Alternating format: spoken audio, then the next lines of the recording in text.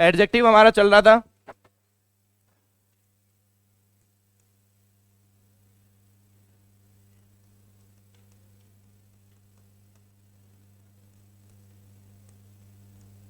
देखो सुनो,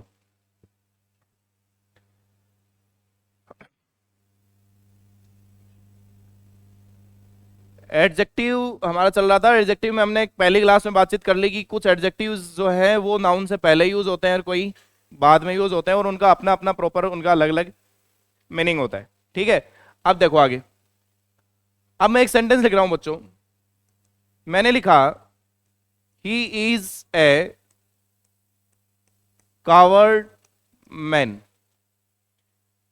एक मैंने लिखा ही इज ए कावर्ड। ये दोनों सवाल सही हैं या ये दोनों सवाल गलत हैं? आप बताइए,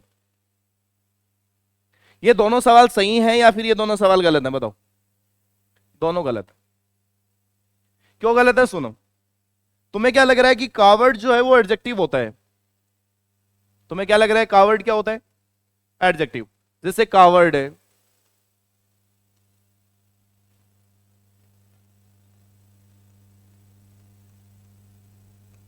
जैसे माइजर है,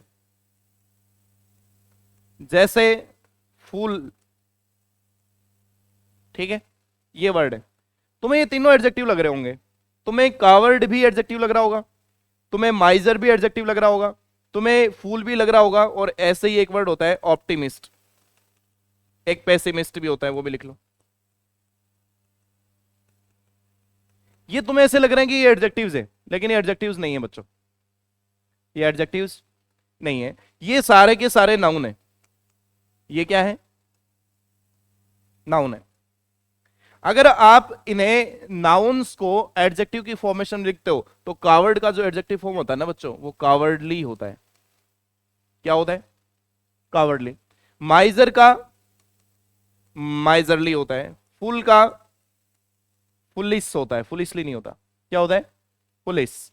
और ऑप्टिमिस्ट का ऑप्टिमिस्टिक होता है,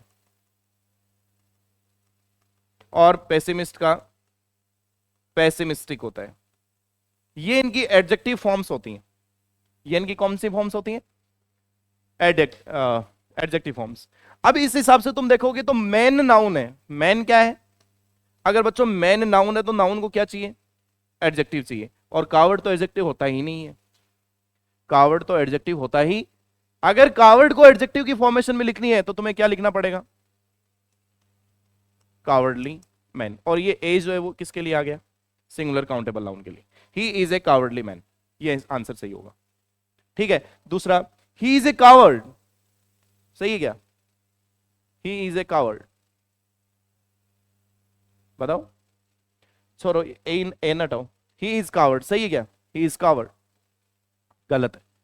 क्यों? क्योंकि सर अभी जो आपने यूज किया कावर्ड को वो एट्रीब्यूटिव फॉर्म में यूज किया है, और जब आप इसी को प्रीडिकेटिव फॉर्म में यूज करोगे तो आपको लिखना पड़ेगा यहां पर एडजेक्टिव फॉर्मेशन। क्योंकि प्रेडिकेटिव यूज में तो अपन क्या करते हैं, इसी ही के बारे में तो अपन यहां जिक्र कर रहे हैं, तो हमें यहां भी क्या लिखना पड़ेगा? एडजेक्टिव। तो इसका एडजेक्टिव क्या होगा? कावर्डली। क्या होगा इसका? कावर्डली होगा। समझ गया मेरी बात को? दूसरा, एक मैंने ये सवाल लिख दिया, सी स्पीक्स कावर्डली, सही है क्या? सी स्पीक्स कावर्डली, ये भी गलत है। अब की बार ये गलत क्यों हो गया? क्योंकि सर ये जो स्पीक है, ये स्पीक कैसी वर्ब है? ये एक्शन वर्ब है। कैसी वर्ब है? और एक्शन वर्ब के बारे में जो बताता है वो एडजेक्टिव नहीं होता, वो एडवर्ब होता है। वो क्या होता है? और आपने जो यहां लिखा है वो क्या है? एडजेक्टिव। इसका मतलब हमें यहां एडजेक्टिव की जरूरत नहीं है, एडवर्ब की जरूरत है। एडजेक्टिव की जरूरत नहीं है, किसकी जरूरत है? अगर एडवर्ब की जरूरत है तो इसको, अगर तुम्हें एडवर्बियल फॉर्मेशन बनाना है तो तुम्हें क्या करना पड़ेगा? She speaks in a cowardly manner. आपको ये वर्ड यूज करना पड़ेगा, इन ए कावर्डली मैनर। वो बात करती है कैसे? हमेशा डरी हुई रहती है। उसका तरीका जो बात करने का वो क्या है? हमेशा सहमी हुई रहती है, डरी हुई रहती है। ये होगा आपका। आप कर पाओगे इस चीज को? लिख लो पहला पॉइंट।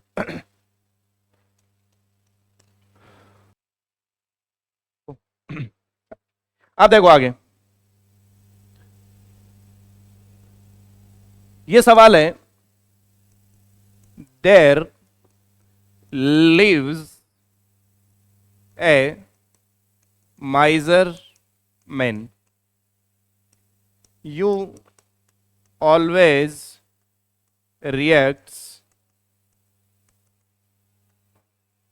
miserly। बताओ, दोनों सही है दोनों गलत? दोनों गलत हो गए ना। There lives a miser man, तो बोले सर मैन का एट्रीब्यूटिव एडजेक्टिव चाहिए, तो एट्रीब्यूटिव एडजेक्टिव क्या बनेगा इसका? माइजरली। नीचे वाला यू ऑलवेज रिएक्ट्स माइलेजी, तो ये तो एक्शन वर्ब है ना, एक्शन वर्ब। अगर एक्शन वर्ब है तो तुम्हें क्या चाहिए? एडवर्ब। एडवर्ब चाहिए तो you always reacts in A माइजर manner, लिख लो।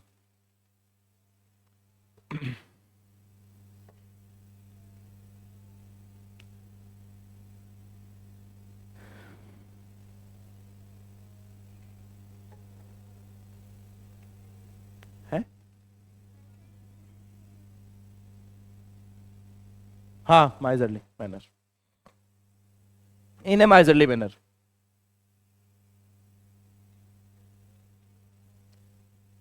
अरे माइजरली, ELY, MISERELY।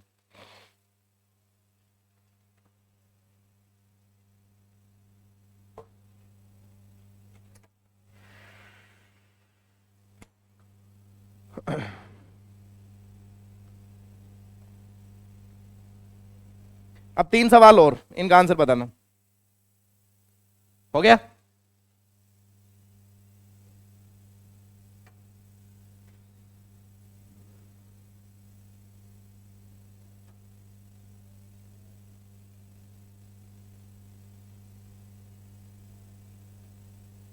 देखो,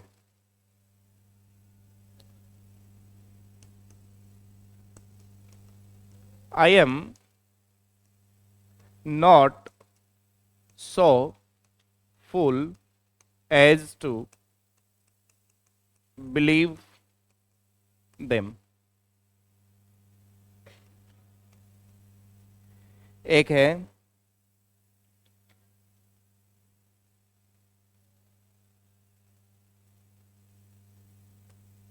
they had a optimist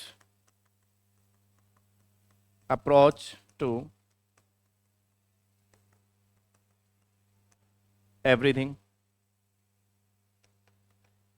और एक दे रखा है he is,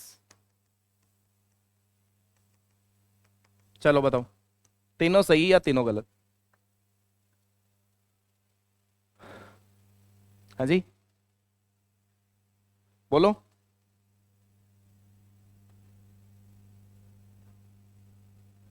तीनों गलत है ना? पहले को ठीक करो। बोला sir I am not so, so आपको पता है एडवर्ब होती है, सो क्या होती है? और ये जो आगे वाली एज है ये कंजक्शन है, ये वाला सो जो है वो एडवर्ब होता है। अब एडवर्ब जो होता है वो या तो एडजेक्टिव के बारे में बताता है या फिर वो एडवर्ब के बारे में बताता है। क्या कभी किसी भी एडवर्ब को नाउन के बारे में बताते हुए देखा है? कभी नहीं होता। अगर कभी नहीं होता तो फिर फूल तो नाउन है, इसकी एडजेक्टिव फॉर्म क्या होती है? तो आपको फूल की जगह क्या लिखना पड़ेगा? फुलिश। समझ गए?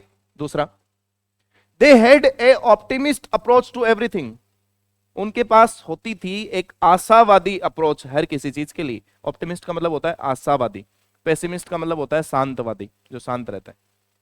बताइए, दे हैड ए ऑप्टिमिस्ट नहीं, अप्रोच नाउन है। अप्रोच क्या है? अगर अप्रोच नाउन है तो नाउन के बारे में जो बताता है वो एडजेक्टिव होता है, और इसकी एडजेक्टिव फॉर्म ऑप्टिमिस्ट नहीं होती। क्या होती है? Optimistic approach. ठीक है। तीसरा, ही इज पेसिमिस्ट। बोले सर ये जो है वो प्रिडिकेटिव यूज ऑफ एडजेक्टिव है, एट्रीब्यूटिव तो है ही नहीं क्योंकि नाउन का जिक्र नहीं है। ही के बारे में ये बात कर रहा है, अगर ये ही के बारे में बात कर रहा है तो पेसिमिस्ट नहीं पेसिमिस्टिक होगा। अगर आप लिखना ही चाहते हो तो फिर आप ऐसे लिख दीजिए, जब कभी भी अपन किसी भी एडजेक्टिव के साथ आर्टिकल यूज कर लेते हैं तो फिर वो नाउन की तरह काम करने लग जाता है, तो आप ऐसे लिखिए, ही इज ए पेसिमिस्ट। आप ऐसे लिख दीजिए। तो ये आर्टिकल जो वो किसके लिए है, इस नाउन के लिए है जो पेसिमिस्ट है। पेसिमिस्ट होता तो वैसे नाउन ही है ना, तो ही इज ए पेसिमिस्ट, ऐसे भी आप ऐसे भी आप लिख सकते हो। लिखो चलो।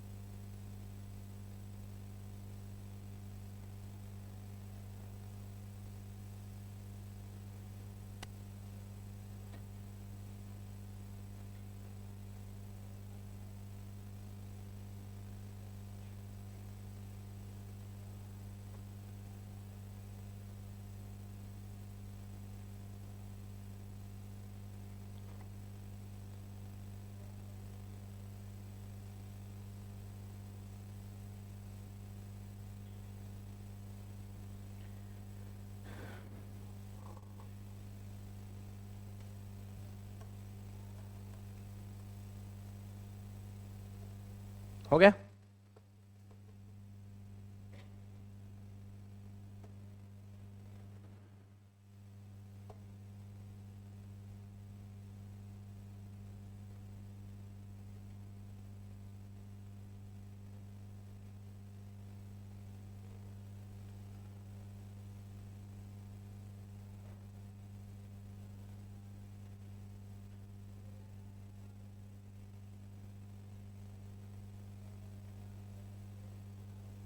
लिख लिया क्या? चलो अब आगे बढ़ते हैं। नेक्स्ट पॉइंट, तीसरा कॉन्सेप्ट है आज की क्लास का, टाइप्स ऑफ एडजेक्टिव्स।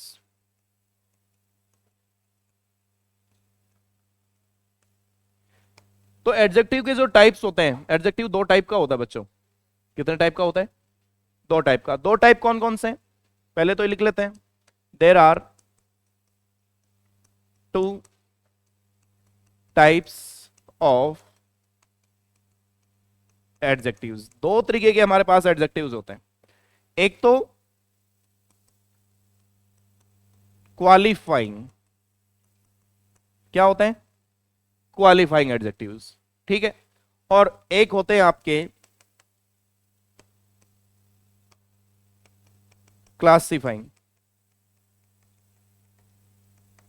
एक तो होता है क्वालिफाइंग एडजेक्टिव्स और एक होता है आपका क्लासिफाइंग एडजेक्टिव्स। क्वालिफाइंग एडजेक्टिव्स वो होते हैं जो किसी भी नाउन को क्वालिफाई करते हैं। क्या करते हैं? क्वालिफाई। और क्लासिफाइंग वो होते हैं जो उनका वर्गीकरण करते हैं, जैसे सोलर, ऑर्गेनिक, नेचुरल, सिंथेटिक। इस तरीके की जो चीजें होती हैं, मान लो ये पनीर सिंथेटिक है, ये पनीर ऑर्गेनिक है, ठीक है ना। ये वाली जो चीज है वो ओरिजिनल है, ये वाली चीज लोकल है, बोला करो ना थे। तो वो क्लासिफिकेशन ऑफ एडजेक्टिव्स में आता है, क्लासिफाइंग होता है, ठीक है। क्वालिफाइंग ये होता है, मान लो रेड कोई कलर हो गया, ठीक है, रेड, ब्लू, सर्कुलर या सर्कुलर, इस तरीके के जो एडजेक्टिव्स होते हैं उन्हें अपन क्या कहते हैं? क्वालिफाइंग, ठीक है। इन दोनों में फर्क समझो क्या है।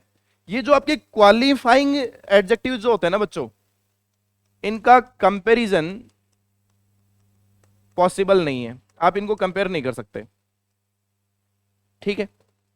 इनको वेरी जो है वो भी क्वालिफाई नहीं करेगा, इनके साथ वेरी क्वालिफाई करने का मतलब है वेरी इनके साथ आप यूज नहीं कर सकते। Very red, very white, very circular, ठीक है ना, इनके साथ आप वेरी का यूज नहीं कर पाओगे, ठीक है। इनका एक नाम और होता है, इन्हीं को बोला जाता है ग्रेडेबल एडजेक्टिव्स, वो सॉरी नॉन ग्रेडेबल। क्या बोला जाता है? Non gradable adjectives. आप इनको और ज्यादा आगे ग्रेड नहीं कर सकते। मान लो कोई चीज रेड है तो वो रेड ही है, आप भी रेडेस्ट कौन कर सको आप ना, आप उसको रेडर कर सकते हैं। रेडर सुना है क्या कभी, या रेडेस्ट सुना है क्या कभी? मान लो कोई चीज गोल है तो और ज्यादा हो जाएगी कि गोल हुआ। मान लो तुमने एक वो सर्किल बनाया, सर्किल बनाया तो सर्किल बनाने का मतलब क्या? एकदम गोल होना चाहिए तभी वो सर्किल है, नहीं तो फिर वो सर्किल ही नहीं होगा। ठीक है, तो वो राउंड ही तो है ना, वो राउंड ही तो है। आप उसको और ज्यादा राउंडेस्ट बोल दोगे क्या? राउंड का राउंडेस्ट हो जाएगा क्या?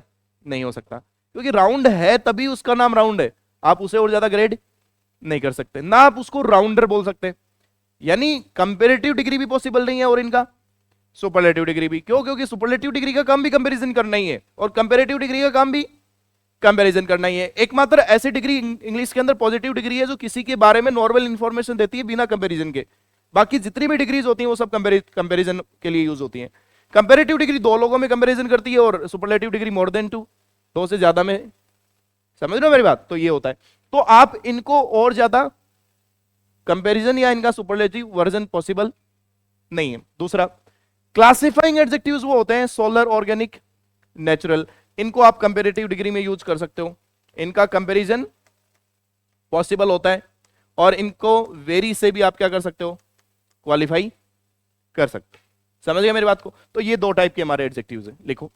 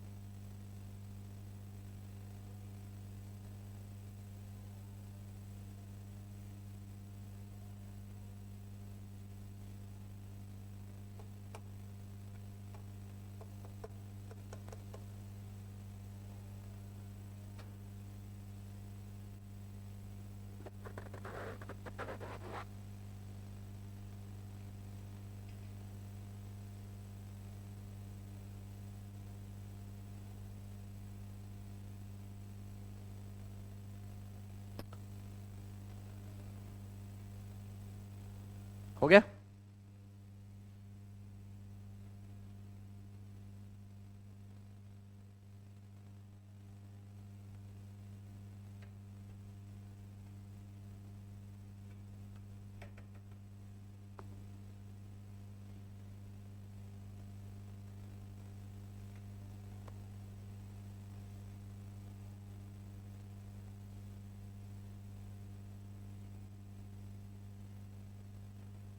बढ़े आगे?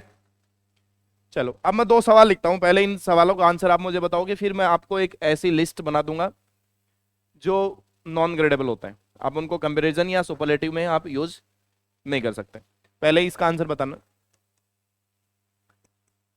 ही is the most perfect person for this job. She has the roundest face in her family.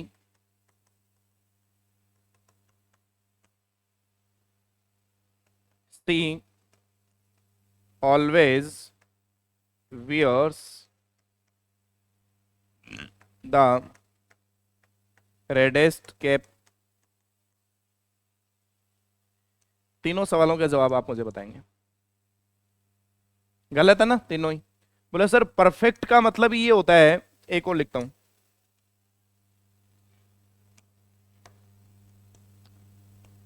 He is the most unique player in our team. ये चारों सवाल है बच्चों। इन चारों सवालों को जब आप ध्यान से देखोगे तो पहले में लिख रखा है ही is the most perfect person for this job. अगर आप ऐसी कहानी लिख रहे हो कि ही is the most perfect person for this job, बच्चों मुझे एक बात आप बताएंगे कि अगर कोई आदमी परफेक्ट है तो वो परफेक्ट कब है? जब वो ऑलरेडी सबसे सुपर डुपर है, सबसे ज्यादा ऊपर है। यानी कोई इंसान अगर परफेक्ट हो ही गया तो उससे ज्यादा तो कोई पॉसिबल ही नहीं है ना। Good, better, best. बेस्ट अगर आप किसी को बोल रहे हो तो बेस्ट से ज्यादा कोई पॉसिबिलिटीज हैं क्या? नहीं। तो आप यहां भी यूज नहीं कर पाओगे। इसका मतलब ये एडजेक्टिव कैसा है? नॉन ग्रेडेबल है। अगर ये नॉन ग्रेडेबल एडजेक्टिव है बच्चों, तो इसका सुपरलेटिव वर्जन पॉसिबल नहीं है। अगर इसका सुपरलेटिव वर्जन पॉसिबल नहीं है, इसका मतलब आप इसको मोस्ट के साथ नहीं लिखोगे। आप डायरेक्टली बोलिए ही इज, अब दा आया तो वो तो सुपरलेटिव की डिग्री की वजह से आया था, तो आप लिखिए he is a perfect person for this job. समझ गए? ऐसे ही दूसरा, she has the roundest face in her family, उसका जो है वो सबसे ज्यादा गोल चेहरा है अपने परिवार में, यानी सबका गोल रहा होगा लेकिन सबसे ज्यादा। तो आप राउंड को और ज्यादा राउंडेस्ट नहीं लिख सकते, आपको लिखना पड़ेगा she has a round face in her family. तीसरा, she always wears the reddest cap, अरे भाई लाल से और ज्यादा क्या है, पूरा सौदा लाल है, तो सी ऑलवेज वियर्स ए रेड, सी वियर्स, सी ऑलवेज वियर्स ए रेड कैप, वो हमेशा लाल टोपी पहनती है और पहनाती है। आगे देखो, he is the most unique player in our team, अरे भाई अगर कोई आदमी यूनिक है तो और क्या यूनिक होगा फिर, यूनिक का मतलब ही सबसे सुपर डुपर, और नहीं होगा, तो यहां डायरेक्टली लिखिए he is a unique player in our team हो जाएगा, लिख लीजिए।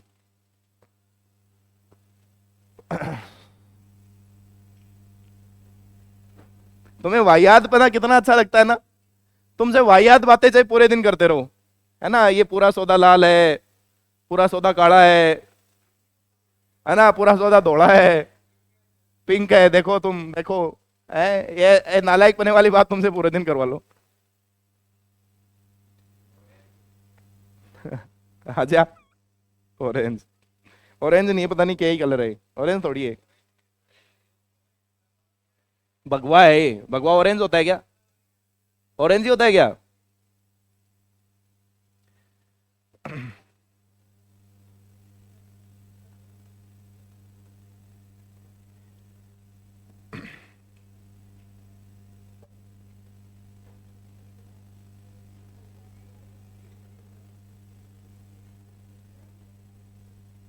हो गया, हो गया क्या?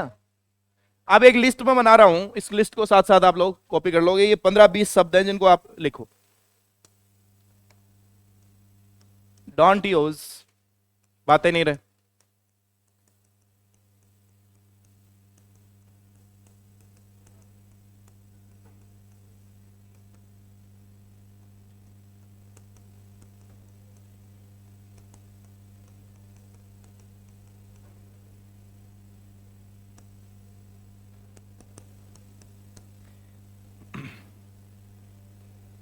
Ideal, safe, perfect, extreme,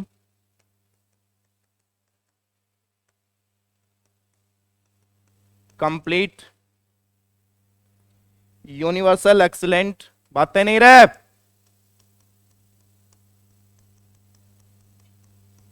excellent, unique, permanent,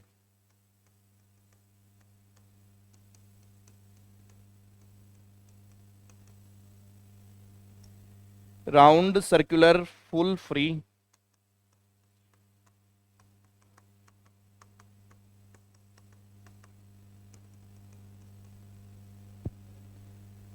रुक जाए बस, flat, empty, dead, flat, empty, dead, parallel,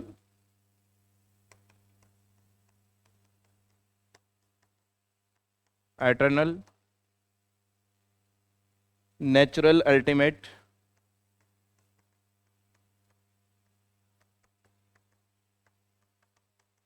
ज्यादातर यही होता है, इनसे ज्यादा कुछ नहीं पूछेगा तुमसे। अब बता नया, एक्सट्रीम, लिख लीजिए। इनका कभी भी, इनके साथ कोई कंपेरेटिव डिग्री या सुपरलेटिव डिग्री में ये नहीं होने चाहिए, ऑलवेज पॉजिटिव डिग्री।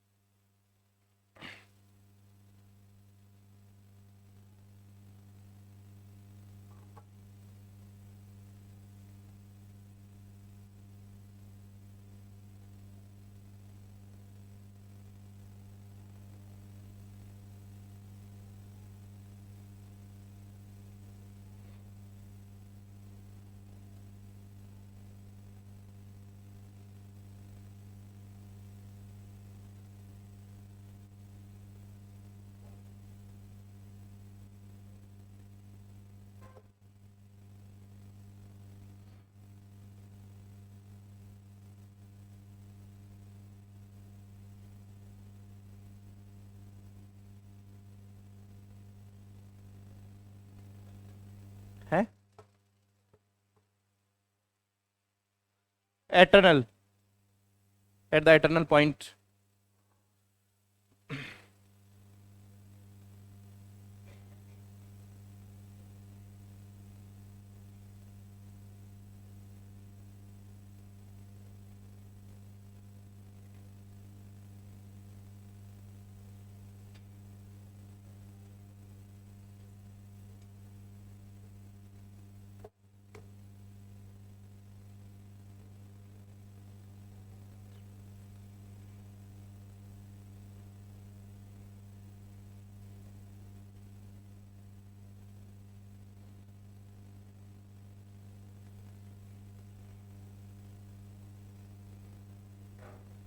हो गया, बढ़ जाए आगे।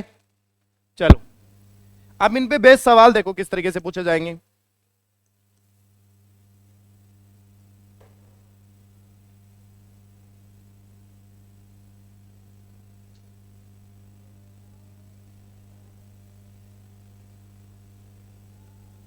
कैसे आंसर है?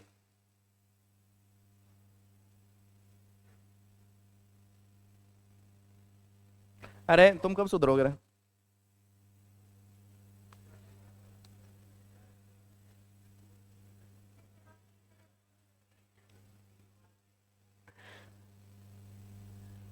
अरे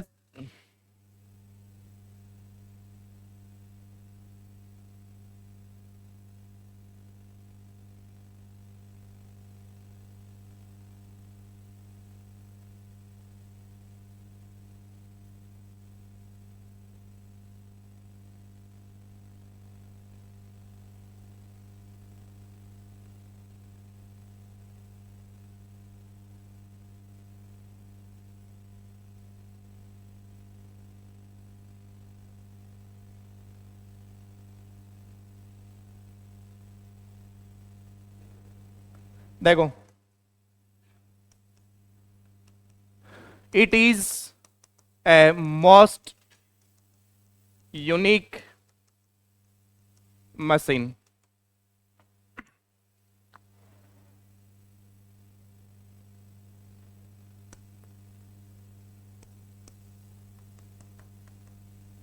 This machine is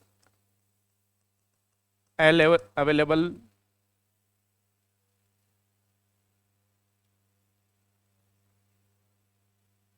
at very free cost.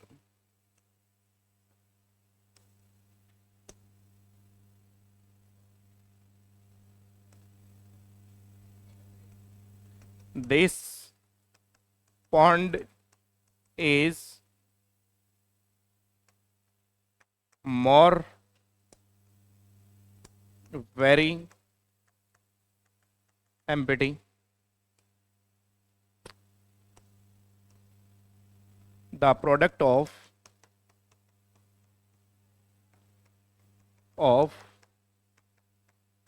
Patanjali,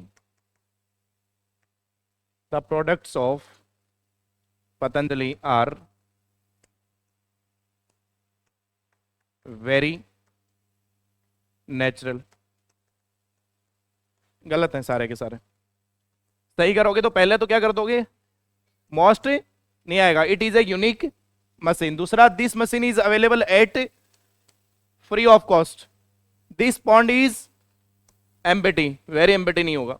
और the products of Patanjali are very नहीं होगा, नेचुरल। लिख लीजिए, कितना नेचुरल है वो तो बाबा जाने, बाबा जाने।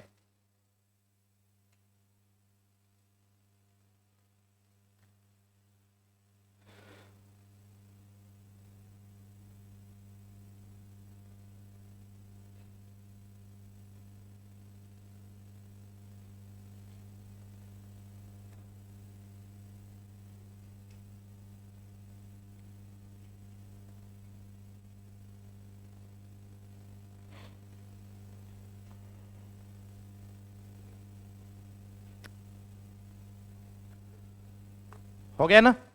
वैसे तुमसे सवाल पूछे जाएंगे, इनको साथ कभी भी पॉजिटिव या सुपरलेटिव डिग्री या वेरी का यूज नहीं होगा। चलिए नेक्स्ट, अब आओ आगे, एक बार कॉपी पेन बंद करके सामने देखो।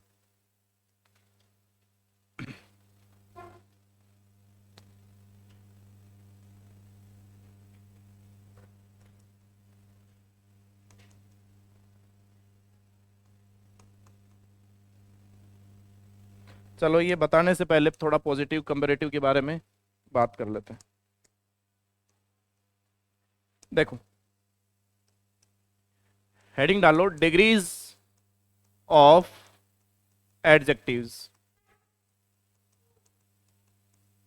देखिए डिग्रीज ऑफ एडजेक्टिव, यानी आपका कोई भी एडजेक्टिव होता है ना, उस एडजेक्टिव की कुछ डिग्रीज पॉसिबल हो सकती हैं। जैसे कोई आदमी अच्छा है तो गुड है ना, और कोई उससे भी अच्छा हो सकता है कि नहीं हो सकता, तो वो बेटर होता है, और कोई सबसे अच्छा होता है वो बेस्ट होता है। तो आप एडजेक्टिव को अलग अलग ग्रेड में आप डिवाइड कर सकते हो, उसे कहा जाता है डिग्रीज ऑफ एडजेक्टिव। ठीक है, तो there are 3 degrees of adjective, there are 3 degrees of adjectives. बच्चों कौन कौन सी हैं? सबसे पहले जो आती है आपकी वो कौन सी है? Positive degree. अब होता क्या है पॉजिटिव डिग्री, इसके बारे में समझना सुनना। पॉजिटिव डिग्री जो है वो ना किसी से कंपैरिजन, ना किसी से विवाद करता है, ना कुछ और करता है। ये जो है वो सिर्फ इंफॉर्मेशन देता है अबाउट ए पर्टिकुलर पर्सन या थिंग। ठीक है, सिर्फ एक के बारे में बात करता है। जैसे रवि अच्छा लड़का है, ठीक है, तो आप क्या लिखोगे? तो यहां पर ये गुड जो है वो सिर्फ किसके बारे में बता रहा है? इस लौंडे के बारे में ना। तो ये आपका क्या है? Positive degree. ये क्या आपका? Positive degree. दूसरी बात, दूसरा जो डिग्री ऑफ एडजेक्टिव आता है आपका कंपैरेटिव डिग्री। देखो ये जो आपका कंपैरेटिव डिग्री है, ये दो लोगों में किसका काम करता है? कंपैरिजन का काम करता है। और हमेशा कंपैरिजन के लिए इसमें कंपैरिजन कंजक्शन यूज होती है, यानी कंपैरेटिव डिग्री के साथ हमेशा कौन आता है? देन आता है। जैसे Ravi is better than him, उससे अच्छा तो कौन है? तो यहां पर ये जो आपने बेटर वर्ड लगाया है, ये क्या है? कंपैरेटिव डिग्री है। आप क्या, हाँ कुछ भी लिख दो, वो तो एक सेंटेंस लिखा है। मतलब आपके पास दो लोग होने चाहिए, एवरीवन तो नहीं होगा, एवरीवन तो नहीं होगा, तो फिर वो सुपरलेटिव डिग्री है। समझ गए ना? ये रहेगा। अब जैसे मान लो किसी कंपैरेटिव डिग्री में अगर आप पॉजिटिव डिग्री को क्या बनाते हो? कंपैरेटिव डिग्री, तो उसके पहले क्या यूज कर लोगे आप? तो जो मोर प्लस पॉजिटिव डिग्री होता है वो भी क्या होता है आपका? कंपैरेटिव डिग्री होता है। जैसे रवि इज मोर स्ट्रॉन्ग, या मोर स्ट्रॉन्ग का तो स्ट्रॉन्गर पॉसिबल होता है, मोर इंटेलिजेंट देन रानी। कि रवि जो है वो रानी से ज्यादा क्या है? इंटेलिजेंट। अब इंटेलिजेंट की कंपैरेटिव डिग्री इंटेलिजेंटर तो होती नहीं है, इसलिए किसी भी पॉजिटिव डिग्री को जब आप कंपैरेटिव डिग्री में चेंज करते हो तो पहले क्या लगाते हो आप? मोर लगाते हो। ठीक है, चलो तीसरा आता है आपका फिर सुपरलेटिव डिग्री। सुपरलेटिव डिग्री, बच्चों सुपरलेटिव डिग्री भी क्या करता है? कंपैरिजन करता है। ये भी क्या करता है? ये भी कंपैरिजन करता है। इसमें और इसमें फर्क है, ये दो लोगों में कंपैरिजन करता है और ये दो से ज्यादा में। यानी अगर आप इसके बारे में और उसके बारे में डिफरेंस दिखाओगे तो ये सिंगल का सिंगल के साथ, एक का एक के साथ, या ऐसे बोल सकते हैं कैंडिडेट कितने होने चाहिए। अब ये देखो बच्चे कंफ्यूज हो जाते हैं। बच्चे कंफ्यूज इसलिए हो जाते हैं क्योंकि कई बार इसके अंदर ग्रुप का कंपैरिजन ग्रुप के साथ हो रहा होता है। ग्रुप का कंपैरिजन किसके साथ हो रहा होता है? और बच्चों को लगता है कि सर ये तो दो है या ज्यादा है। समझ रहे हो? तो जब ग्रुप का कंपैरिजन ग्रुप के साथ होगा तो उसमें सुपरलेटिव डिग्री नहीं आएगी। हमेशा ये सब चीजें ध्यान में रख लेना, मैं लिख देता हूं। अगर एक का कंपैरिजन किसके साथ है तो इसमें तो कोई कंफ्यूजन ही नहीं है, हमेशा करते ही आए हो। अगर ग्रुप का कंपैरिजन ग्रुप के साथ है तो उसमें भी कंपैरेटिव डिग्री आएगी। अगर पूरे के पूरे पर्टिकुलर ग्रुप का कंपैरिजन किसी एक पर्टिकुलर इंसान के साथ है तो भी कंपैरेटिव डिग्री आएगी। अगर किसी पर्टिकुलर इंसान का कंपैरिजन पूरे के पूरे ग्रुप के साथ है तो भी कंपैरेटिव डिग्री आएगी। लेकिन यह ध्यान रख लेना कि वन वर्सेस ऑल जब होगा उसमें कौन आएगा, सुपरलेटिव डिग्री। यह फर्क है, समझ गए। जैसे ही is the most intelligent boy in the class, तो अब क्या है, वन वर्सेस ऑल। ये लड़ने का कंपैरिजन पूरी की पूरी क्लास के साथ है, तो इसमें कौन आ जाएगा आपका, सुपरलेटिव डिग्री। समझ गए। किसी भी पॉजिटिव डिग्री को सुपरलेटिव बनाने के लिए उससे पहले क्या लगाया जाता है, मोस्ट। और हमेशा सुपरलेटिव डिग्री से पहले कौन आता है, द, आर्टिकल द का यूज होता है। ठीक है, तो ये बेसिक सी छोटी सी इंफॉर्मेशन एक बार आगे वाला कॉन्सेप्ट पढ़ाने के लिए जरूरत थी तो लिख लीजिए।